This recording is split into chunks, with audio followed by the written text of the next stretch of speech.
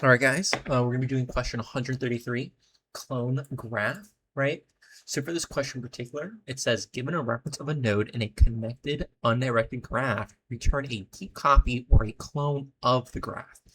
So each node in the graph contains a value, a int or integer, and a list at index node of its neighbors. So taking a look at the constructor, right, you have class node, and within this class, we're given two methods, .value and .neighbors. .value is going to give you the int, and .neighbors is going to give you a list of the neighbors respecting to that particular node. So now as we have an idea of some of the things that we're given, let's look at the example, skipping this mumbo jumbo to really see what we're working with in like an input and output example. So in this example, we have 1, 2, 3, and 4, right? And it's an original graph. We could tell because it is represented by the color yellow, right? So we don't want to return the same graph. You see how they're all yellow, right? We don't want the same graph. We want a copy. And we also don't want any values or nodes switched up. So in this example, we could see 3's in the top right, while 3's in the bottom right here. We don't want this. What we want is an actual copy, meaning it's not the same. We've replicated these nodes in the same exact position, right?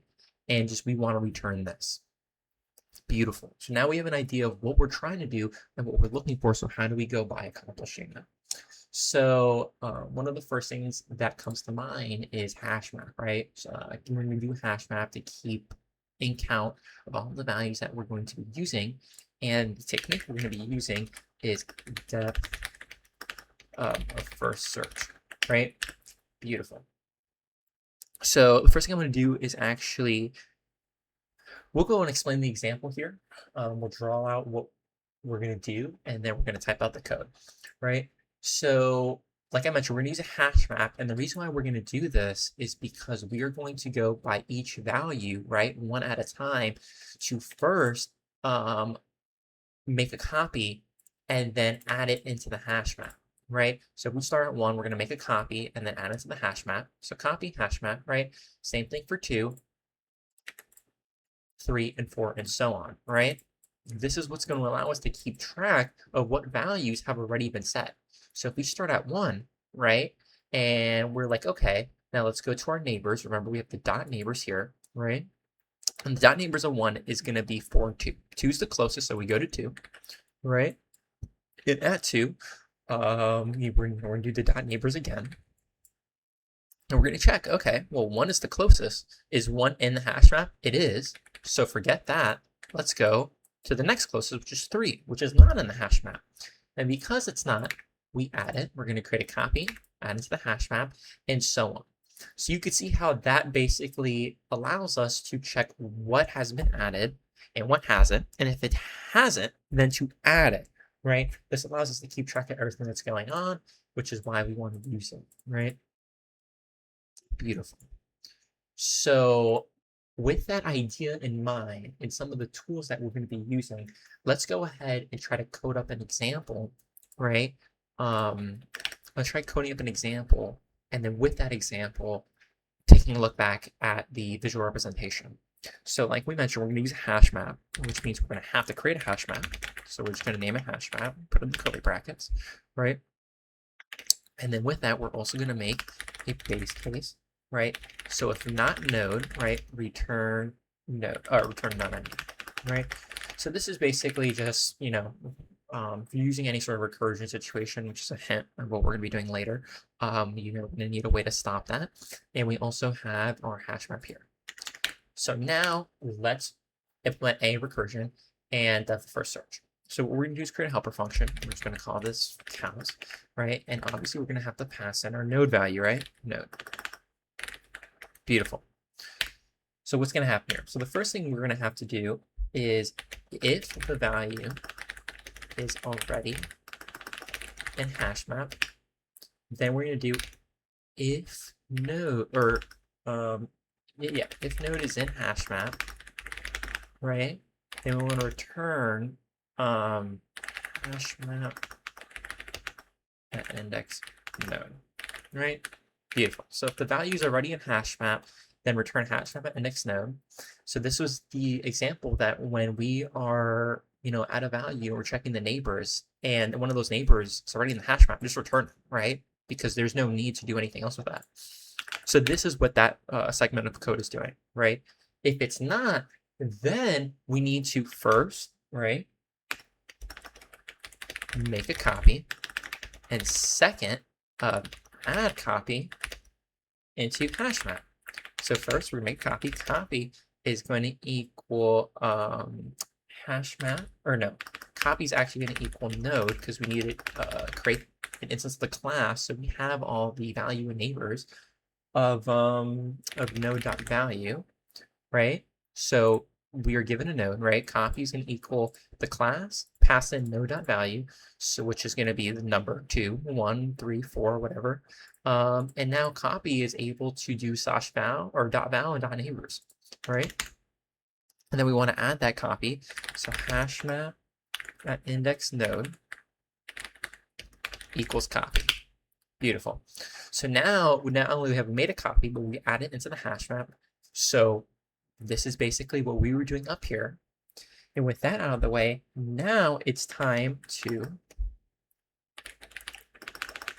loop through this copy, right? And what I mean by that is we're gonna loop like a for loop for nay and node.neighbors, right? Yes, because node.neighbors, yes. So node is node actually has the .neighbors list already, right? But keep in mind we're making a copy. So the nays represented the actual neighbors. Beautiful. So for nay and node.neighbors, right, we're going to do copy .neighbors .append, and then recursively count at index nay. So this seems like a lot, but we're going to break this down, right? Everything else here is pretty self-explanatory, but this is where, like, you know, the main meat and potatoes come in. So copy, right, has .neighbors now. Why? Because we created a instance of the class node and passed in node.value. So copy now has .neighbors, but because it's a copy, this list is empty, right? This is an empty list. So we need to add the actual neighbors. What has the actual neighbor values? The node does, right? The node.neighbors has the actual values. The copy does not, which is why we for loop the node.neighbors, because it's going to bring you 2. So if the node is 2, then the neighbors is going to be 1 and 3, right? So nay represents 1 and it represents 3. So that's why we are adding those values. Copy.neighbors, our copy, we are able to finally do neighbors because we created an instance of from the class. We're adding onto that empty list, and inside we're doing it recursively. So if it's 1 and 3, count.nay. Remember, nay in this example, if we're at 2, is 1 and 3, right? Or I'll even draw a little circle here to follow this example. 1 and 3. Well, let's start at 1, right? If node is in the hash map, right, which in this instance it should, so we're just going to return, right? And then we're going to go back to 3. If it's in 3, then, well, it's not in the hash map. And then we make a copy of 3. We add it, right, to the hash map, and we basically continue. And that's how it works recursively, right? So we basically copy of neighbors, right? And this, let's make a copy so everything is following. That's just recursion. But with that all being said and done, then all we really need to do is just return copy, right? Because we want to return the instance of copy, and then just return count, and we're going to pass in node, right? Before we check this, let's actually run by an example and show it visually within the whiteboard, right? So we have our hash map right here, right? We have our base case. Before we get to the base case, though, let's run this function, right? Let's say we're starting at 1. If node isn't hash map, which is not right now, then return. We don't need to worry about that. Copy equals node.value. So our node is right now 1, right? Node.value, and we're passing this into the actual class. So we've created a copy of 1, right? Copy of 1 is done. We are then adding this copy into hash map at index node. So we're adding it into the hash map. So we made a copy and we add it into the hash map, right? Copy, hash map. Then we do copy.neighbors. Once again, remember, because the copy, we've called node, the class here. So now we're able to do .neighbors. However, because it's a copy, .neighbors doesn't have anything in the list. We need to add the actual neighbors ourselves, which is what this line is doing. So copy.neighbors append. We are finally adding a list for our neighbors, and we're doing count nay. Nay in this for loop, right, is representing the actual neighbors for the actual node that we're currently on, right? So if we're at 1, node.neighbors, 1.neighbors is going to be 4 and 2. The closest node to 1 is 2, so we're going to go to 2, all right? And because this is count.nay, we're going to basically run this function, but with the 2. Okay, is 2 in the hash map? No, right? So then you're going to go and make a copy of 2. Now we have a copy of 2, right? And then we're going to add 2 into the hash map. There you go, right? Now 2 is in the hash map. For nay and node.neighbors, node is 2, right? We're going to do copy.neighbors append. So we're going to add the neighbors to the copy 2, right? Count.nay. So node.neighbors, 2.neighbors, right? .neighbors from this class right here. What are the neighbors of 2? Well, it's 1 and 3. 1 is the closest to 2, so we're going to actually check 1 in this case. 1 is going to go first, and we're going to check, right? Let's check. It's recursive, so we're running this function again. Is 1, if node is in hash map, 1 is in the hash map, right? We're just returning. So then forget this, right? Because it's already in there. So we go to the next value, which is 3. 3 is the next neighbor, right? 3 is the next neighbor. So is 3 in hash map? It is not in the hash map, right? So then again, we're going to make a copy of 3, add it into the hash map, right? And then for nay and node.neighbors, node is currently 3. So the neighbors of 3 are 2 and 4, right? What is the closest to 3? It's 2. So we're going to do again, right? This is what was happening right here. Count.nay. Nay represents 2 and 4 right now. We're doing the 2. Is 2 in hash map? It is in the hash map.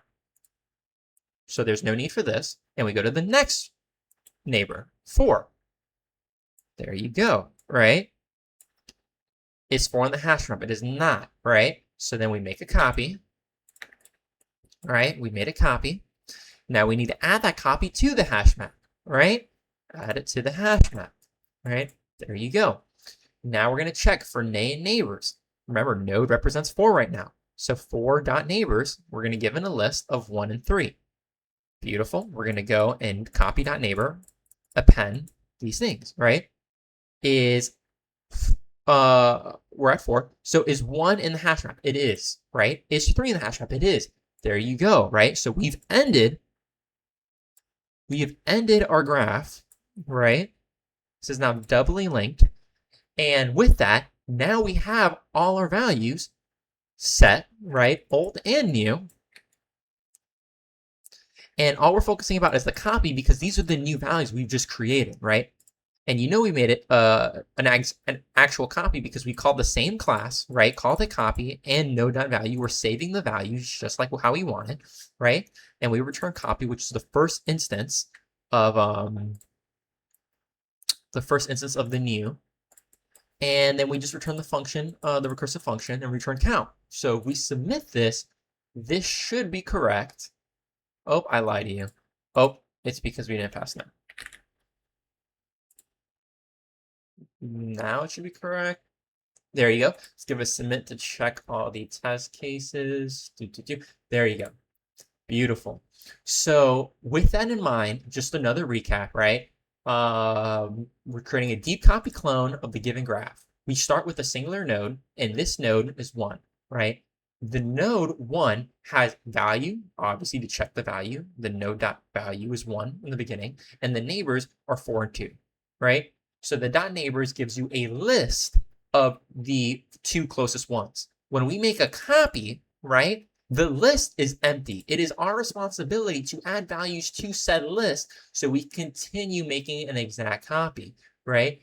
And with that list, we're able to check if those values are in the hash map, right? And if they are, then just skip that part of the list because there's no point. We already touched that, right? And go to the next value.